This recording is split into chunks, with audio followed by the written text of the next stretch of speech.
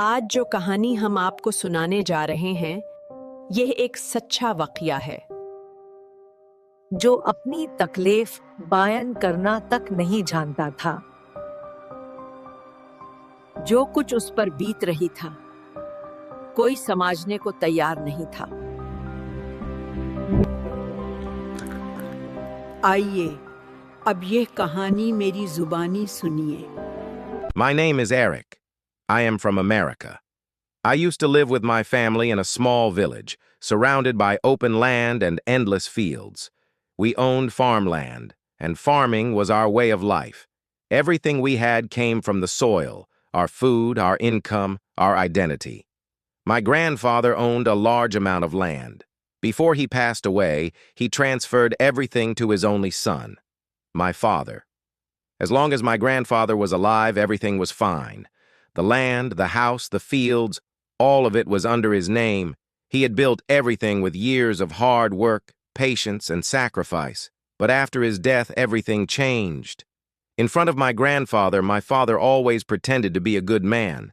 My grandfather never knew that my father had already fallen into bad habits. Alcohol slowly took over his life. First, the tractor was sold, then the house, then the farmland, then the animals. One by one, everything disappeared, until we had nothing left. Eventually, we were on the streets. Someone suggested to my father that we should move to the city. They told him that houses were cheaper there, jobs were easier to find. They said his addiction would continue without problems, and his family could earn money on their own. My father liked the idea, so he took us to the city. I was only 8 years old at the time. I don't remember much from those days, but I remember one thing clearly. We were desperately looking for a cheap place to live. I had never seen my mother argue with my father. Not once. Even if my father had beaten me to death, my mother would have stayed silent. She never spoke a single word in my defense. It hurt me deeply, but I was too young to understand why. My father chose an apartment for us.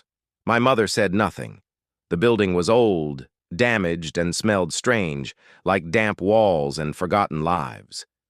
My father talked to the landlord for a long time while we stood at a distance, watching. Then he took us inside our new home. Everything felt unfamiliar.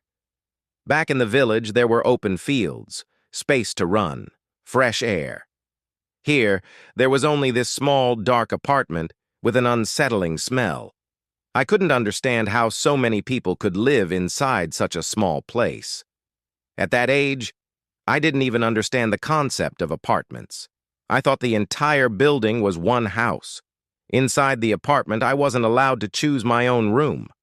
My father pointed at a room and said, "This is your room." I quietly walked inside and sat down. My mother started arranging the little bit of luggage we had brought. I sat on the floor playing with my small toy. I didn't even know what school was. In the village, no one visited us, and we never visited anyone. If someone came near our land, my father would argue with them and chase them away. I knew nothing about the world. I didn't know what education meant. I didn't know what life could be. For me, life meant one thing: wake up, eat. And when my father was angry, stay quiet. Go to my room, close my eyes. Pretend that nothing exists outside. When my father was angry, I wasn't allowed to talk to him. I wasn't allowed to come near him. And when he drank alcohol at night, I was not allowed to leave my room at all. The apartment was small, but my mother never complained. I stayed silent, too, out of fear that my father might get angry. A few days passed. One day, when my father wasn't home, I quietly stepped outside the apartment. I wanted to see who lived around us. I hoped to find a child my age, someone I could play with. There were many apartments nearby, but no one talked to us. No one greeted us. I stood silently, watching people walk past me. They looked at me strangely, and then ignored me. There were children, too, but none of them wanted to play with me. No one even wanted to look at me. Quietly, with my head lowered, I returned to my apartment. I locked myself in my room, and then, in that moment of loneliness, something began. A new beginning, the moment when my childhood started to end, the beginning of a nightmare no one wants to see, no one wants to hear. A painful journey that took everything from me, my childhood, my toys, my purpose. Nothing remained. After that, I was playing with my teddy bear when suddenly I felt something strange. It felt like someone was near me, like someone's breath was floating through the air.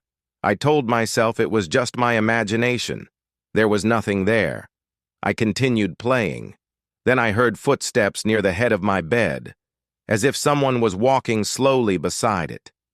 Again, I tried to believe it was nothing, but fear slowly began to grow inside me. I didn't understand why. I used to be alone in the village too, but I had never felt this way before.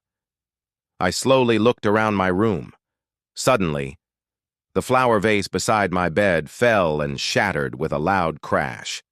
At the same time, my old wardrobe began shaking violently from the inside.